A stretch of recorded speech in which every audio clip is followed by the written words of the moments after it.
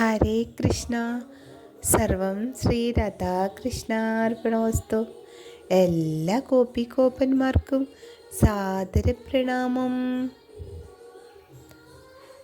ഇന്ന് പാർശ്വവാമന ഏകാദശി മഹാത്മ്യം കേൾക്കാം.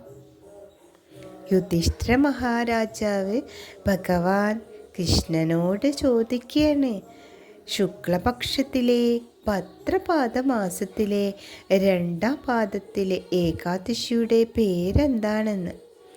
ഈ ഏകാദശിയിൽ ഏതു വിഗ്രഹത്തെയാണ് നമ്മൾ ആരാധിക്കേണ്ടത് എന്നും അതിലൂടെ ഒരാൾക്ക് കിട്ടുന്ന ഗുണങ്ങൾ എന്തൊക്കെയാണെന്നൊക്കെ ഭഗവാൻ കൃഷ്ണ പറയാണ് യുധിഷ്ഠിര മഹാരാജാവിനോട്.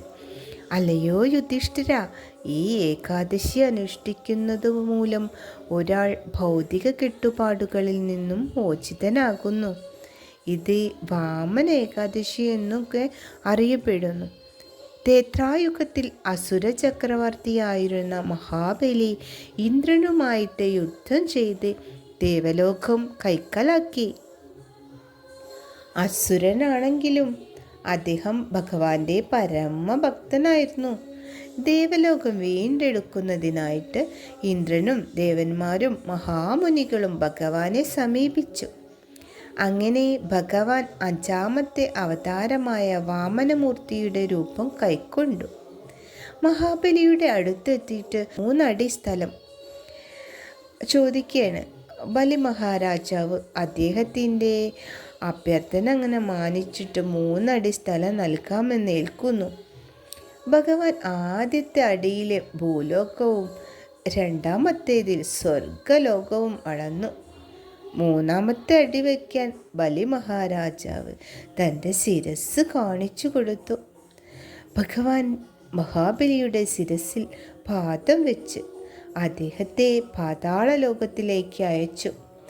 ബലിയുടെ എളിമ കണ്ട് സന്തോഷവാനായ ഭഗവാൻ അദ്ദേഹത്തിനോട് അവിടെ സ്ഥിരമായി താമസിക്കാൻ ആവശ്യപ്പെട്ടു. അതിനുശേഷം പരിവർത്തിനി ഏകാദശി ദിവസം വിരോചനൻ്റെ മകനും പ്രഹ്ലാദൻ്റെ കൊച്ചുമകനുമായ ബലി അദ്ദേഹത്തിൻ്റെ വസതിയിൽ ഭഗവാന്റെ വിഗ്രഹം പ്രതിഷ്ഠിച്ചു. ഭഗവാൻ ബലിയോട് പറഞ്ഞു, കാർത്തിക മാസത്തിലെ ഹരിബോധിനി ഏകാദശി വരെ ഞാൻ പാൽക്കടലിൽ നിദ്രയിലായിരിക്കും. ഈ സമയത്ത് ഒരാൾ ആർജിക്കുന്ന ഗുണങ്ങൾ വളരെ ശക്തിയേറിയതായിരിക്കും. അതിനാൽ പരിവർത്തിനി ഏകാദശി ശ്രദ്ധാപൂർവം ആചരിക്കണം. ഈ ദിവസം ഭക്തനായുള്ള ഒരാൾ വാമനമൂർത്തിയെ ആരാധിക്കണം. എന്തെന്നാൽ ഭഗവാൻ ഈ ദിവസം നിദ്രയിൽ തൻ്റെ മറുവശം തിരിഞ്ഞു കിടക്കുന്നതാണ്. ഈ ഏകാദശി അനുഷ്ഠിക്കുന്നത് 1000 അശ്വയാഗങ്ങൾ ചെയ്യുന്നതിന് തുല്യമായിരിക്കും. അത്രയും മഹാത്മ്യമേറിയതാണ് വാമന ഏകാദശി.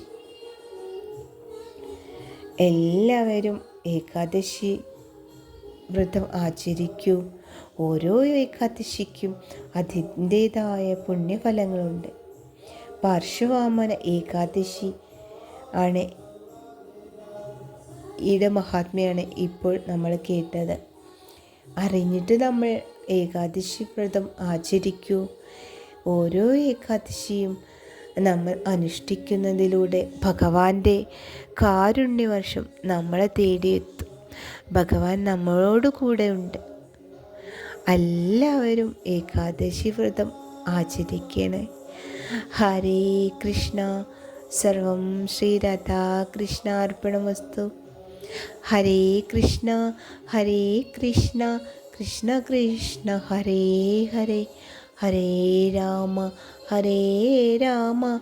രാമ രാമ ഹരേ ഹരേ. ഏകാദശി ദിവസം ഭഗവാനോടടുക്കാൻ നമ്മൾ ഹരേ കൃഷ്ണ മഹാമന്ത്രം ജപിക്കണം. 16 മാലയെങ്കിലും ജപിക്കണം. ഹരേ കൃഷ്ണ. ഭഗവാനോട് അടുക്കൂ എല്ലാവരും.